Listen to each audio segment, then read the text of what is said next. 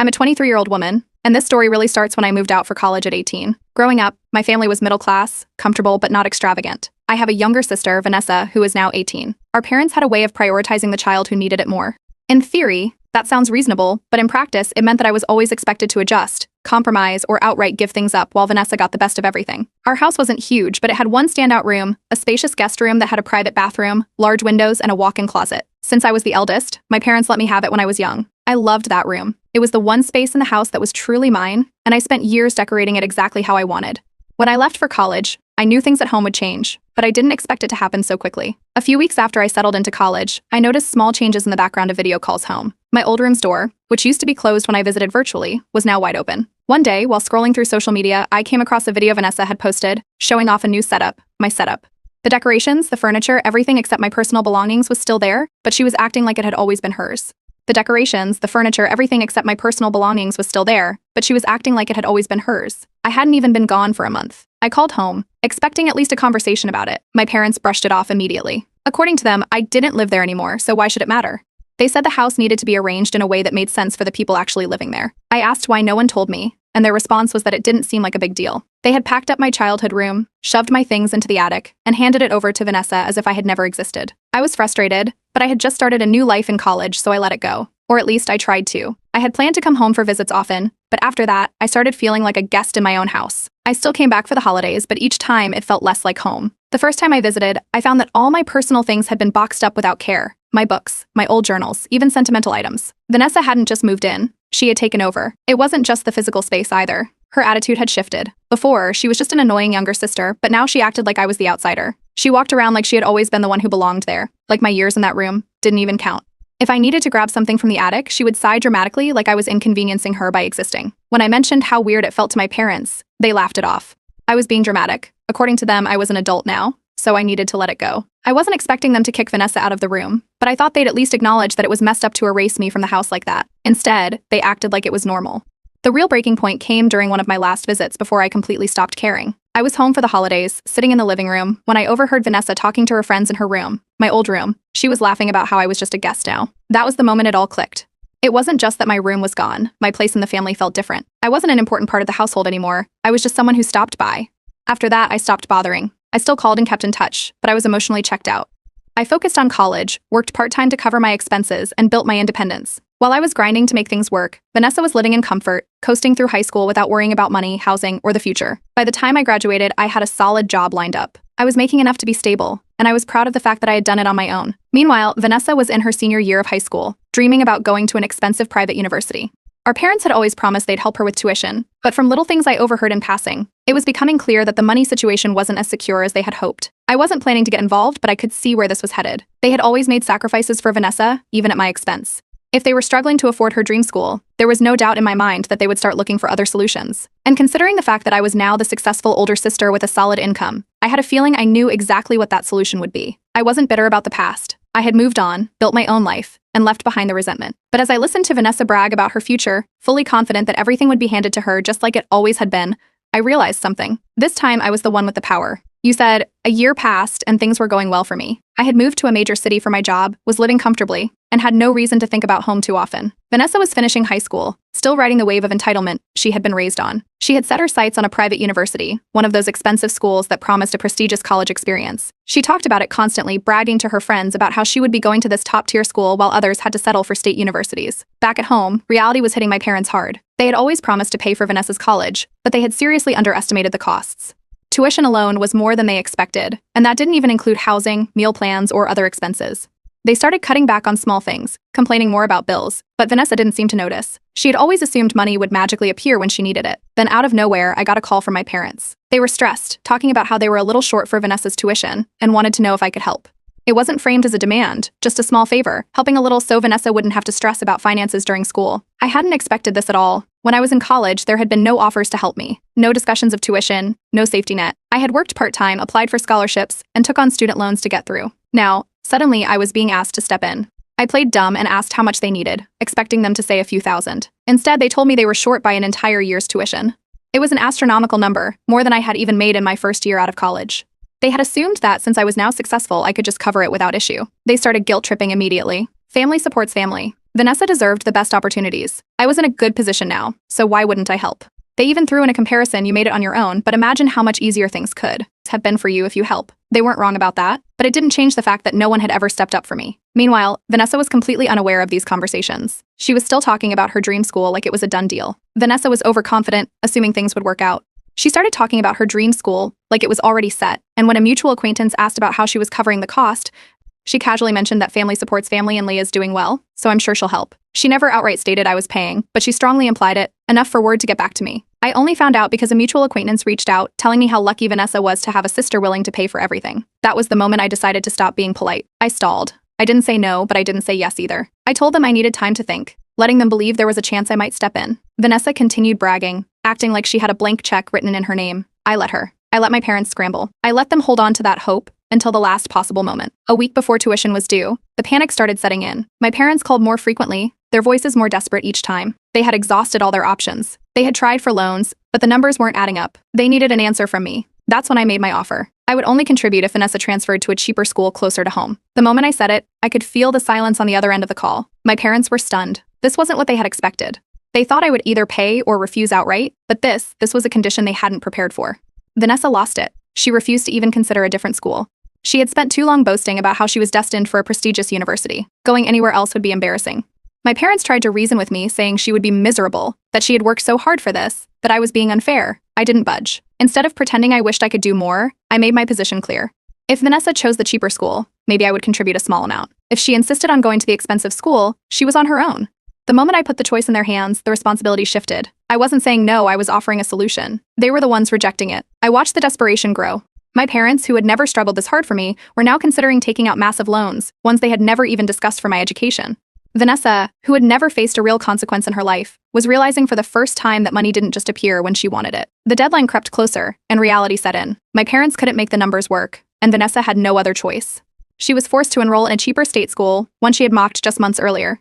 The resentment in her voice when she announced it to her friends was obvious. She tried to spin it as a temporary setback, claiming she would transfer after a year, but everyone knew what had happened. For the first time, Vanessa saw that I had real power, and she hated it. The week before Vanessa's tuition was due was absolute chaos. My parents called constantly, each conversation more desperate than the last.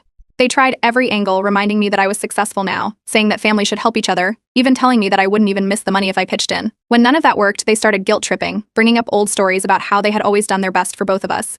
How Vanessa had been looking forward to this for years, how disappointing it would be if she had to settle. Vanessa, on the other hand, refused to believe it was real. She threw a tantrum when she found out I wasn't covering her tuition. She accused my parents of failing her, then turned around and blamed me for ruining her life. She wasn't interested in a backup plan. She had told everyone where she was going, had already imagined herself walking around that expensive campus, had convinced herself she belonged there. The idea of settling for a cheaper school wasn't even something she could process. My parents scrambled to find another solution. They went to the bank, hoping to take out a loan in their names, but it wasn't enough. They could only secure a fraction of what they needed, and even that would put them in significant debt. The numbers weren't working, and the deadline was creeping closer. That's when Vanessa started reaching out. At first, she was casual, acting like she had just thought to check in after all this time. But as the deadline got closer, her messages shifted. She didn't ask directly, she assumed. She said things like, "I know you probably have it covered by now, and just let me know how we're doing this." When I didn't respond right away, she got more aggressive, accusing me of being selfish for making her wait. She called multiple times a day, saying she needed my help, promising that she would find a way to pay me back, saying she would owe me forever if I just helped her now. I didn't respond right away. I let her spiral. When she called again, I finally picked up. She launched into the same speech, telling me I was the only one who could fix this. I waited for her to finish, then casually reminded her that I was just a guest in the house now. She didn't say another word before hanging up. My parents were furious. They blamed me for holding a grudge, saying I was being petty instead of helping my own sister. I didn't argue. I simply reminded them that when I left for college, no one had offered me a dime. When I had to figure everything out on my own, they had said I was an adult and needed to be independent. Now that Vanessa was in the same position, suddenly it was different. Extended family started hearing about the situation. Some of them reached out, but the responses were mixed. A few of my aunts and uncles agreed that it wasn't fair I had been left to fend for myself while Vanessa had been promised everything. Others said I should just let it go and help out since I was in a better financial position now. Meanwhile, Vanessa had a different problem. She had spent months telling everyone she was going to her dream school, bragging about it online, acting like it was already happening. When the deadline passed and she had to enroll in a state school instead, people started asking what had changed. She didn't have a good answer. She couldn't admit that she had counted on me paying for everything and had been completely wrong. Her confidence took a hit. For the first time, she wasn't the one in control. She had been so sure that things would work out in her favor, but now she was facing reality. She tried one last time, sending me a long message saying that if I helped now, she would definitely pay me back one day. I ignored it. The final request came from my parents. They had accepted that I wasn't handing over money, but they still had one more idea. They asked me to co-sign a loan for Vanessa, just so they could borrow more. I refused immediately. If they wanted to go into debt for her, that was their choice, but I wasn't about to tie myself to it. And just like that, the decision was made for them. With no other options, Vanessa was forced to enroll in a state school. She didn't take it well. She was bitter, angry, and humiliated. She barely spoke to me after that. But for the first time in a long time, she had to deal with the consequences of her own choices. Vanessa's first few months at the state school did not go the way she had planned. She arrived with an attitude like she was better than everyone else, still convinced she wasn't supposed to be there. She refused to acknowledge that this was her own doing, and instead blamed me entirely. In her mind, I was the only reason she wasn't at her dream school. She made no effort to hide her resentment. If I was mentioned in conversation, she would roll her eyes. If anyone asked about why she was at the state school instead of the prestigious one she had bragged about for so long, she would just say things didn't work out or give vague answers that made it sound like she had been wronged. My parents weren't any better. They had never directly confronted me after Vanessa's final tantrum, but the passive-aggressive comments didn't stop. When speaking to family, they made it seem like I had abandoned them. They never outright said it, but they phrased things carefully, talking about how they had always supported both of us, but how some people forget where they come from. They never mentioned that they hadn't given me a dime for my own education. Instead, they let people assume I had turned my back on them after becoming successful. It didn't stop there. My mother started sending me articles and stories about the importance of family and how siblings should always support each other. Some were framed as inspirational stories of siblings helping one another. Others were more like guilt trips about how money isn't everything. I ignored every single one. Vanessa, meanwhile, had taken her bitterness online. She didn't mention me by name, but it was obvious who she was talking about. She started posting vague, dramatic messages hinting that someone had betrayed her and ruined her future. She painted herself as the victim without ever giving details, making it seem like she had been unfairly robbed of something. Mutual friends and acquaintances started reaching out, asking what was going on. Some assumed there had been a major falling out. Others, knowing Vanessa's history, were just curious. Instead of getting defensive, I kept it simple. I told them, oh, she's mad because I wouldn't fund her expensive college. That was all it took. The tone of the conversations shifted immediately. Vanessa had tried to make herself look like the victim, but once people realized what she was actually upset about, the sympathy disappeared. Meanwhile, my parents' financial situation was getting worse. The loans they had taken out for Vanessa's tuition were already stretching their budget, but then other issues started piling up: unexpected home repairs, medical expenses, and general debt. The financial strain they had once ignored was now impossible to avoid. But instead of stepping back and reassessing their spending, they just kept looking for ways to make things work, except for actually telling Vanessa no. Vanessa was struggling in more ways than one. The state school wasn't what she had expected. She didn't fit in, the classes were harder than she thought, and without the safety net she had assumed she would always have, she was struggling to keep up. Her grades started slipping, and before long she was looking for a way out. She tried to transfer to a better school, but her academic performance wasn't strong enough. She was rejected. That was when reality started to sink in. She wasn't going anywhere. While all of this was happening, I was doing the opposite. My career was moving forward quickly, and I had just gotten a promotion. I posted a casual update online, excited about the next step in my job. I didn't think much of it until I found out that Vanessa had seen it. She wasn't happy. A few days later, I got a call from her. She had been holding back for months, but now she couldn't anymore. She accused me of rubbing my success in her face, of flaunting my achievements while she was stuck in a situation I had caused. I barely let her finish before I laughed and hung up. I had spent years listening to her entitlement, and I wasn't about to let her start that cycle again. Not long after that, my mother called again. This time she didn't ask for tuition money, she asked for help with bills. She framed it like a small favor, just a little help to get them through a tough spot. I reminded her that I had worked through college, paid for my own food, rent, and expenses, and they hadn't once offered to step in. A few weeks later, I made another casual post about my upcoming move to a better apartment. I didn't think much of it until I found out through mutual friends that Vanessa had seen it. She didn't say anything directly, but the next day she blocked me on social media, not before sending one final dramatic message. You don't care about family. I didn't waste time responding with a long explanation. I sent back a single line. Neither did you when you took my room. And with that, I blocked her too. As Vanessa's graduation approached, the panic started setting in. The excitement she once had about finishing college was quickly replaced with stress. She had no job offers lined up, no concrete plans, and no backup options. She had assumed things would just work out, just like they always had. But now, the reality was unavoidable. Most of her classmates were either getting hired or had internships that led to job opportunities. Vanessa, on the other hand, had nothing. She had coasted through school without really putting in the effort, expecting that a degree alone would guarantee her success. She started sending out applications, but weeks passed without a single callback. That was when she suddenly reached out to me. After years of ignoring me, blaming me, and blocking me on social media, Vanessa sent a carefully worded message. It was friendly, casual, almost as if we had never had issues before. She asked how I had been, mentioned that she had been thinking about reconnecting, and then casually brought up her job search.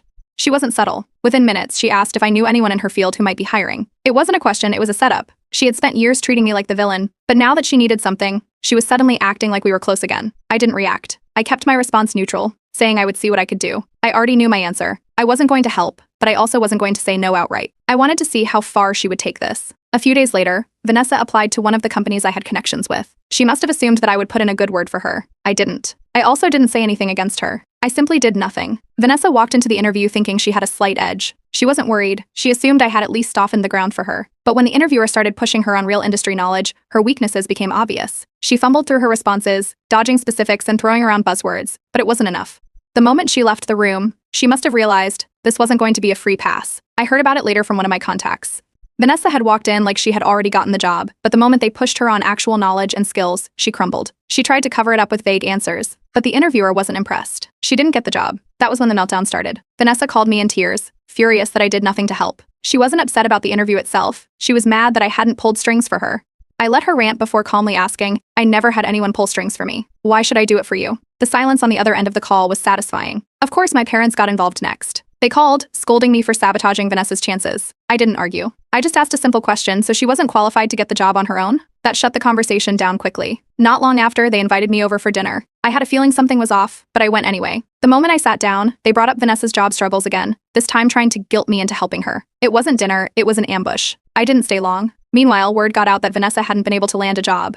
Some of her old high school friends, the same ones she had once looked down on, found it amusing. They had gone to the same state school, worked hard, and were now getting jobs while Vanessa was still stuck. She tried to spin it like she was taking her time to find the right fit, but people weren't buying it. For the first time, Vanessa was truly alone.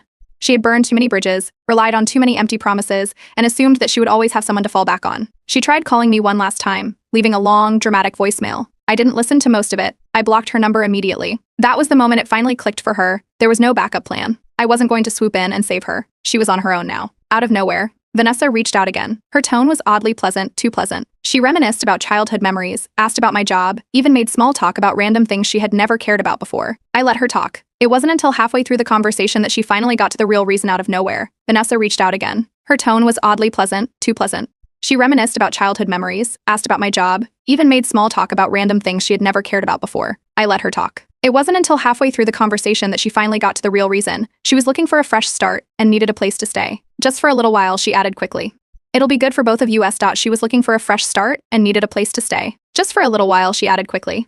It'll be good for both of us. She said it would be temporary just until she found a job. She framed it like a fresh start, like moving in with me would somehow fix everything. I waited a few seconds before responding. Then I told her, I don't think that would be good for either of us.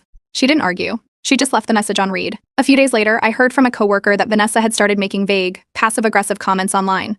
Nothing direct, just bitter posts about fake successful people and how some people forget where they come from. She wasn't subtle. But instead of getting sympathy, people found it pathetic. Some of my coworkers even laughed about it, realizing she was trying and failing to take a shot at me. After that, she disappeared from social media. No more posts, no more fake confidence. Without a job, without help, and without the reputation she had once bragged about, Vanessa finally had to face the consequences of every decision she had made. She had spent years expecting things to be handed to her, but now there was no one left to give her anything. I didn't pay much attention after that. I moved forward, focusing on my career, my life, and the things that actually mattered. Vanessa had spent years making sure I knew I wasn't welcome in her space. Now she was the one with nowhere to go.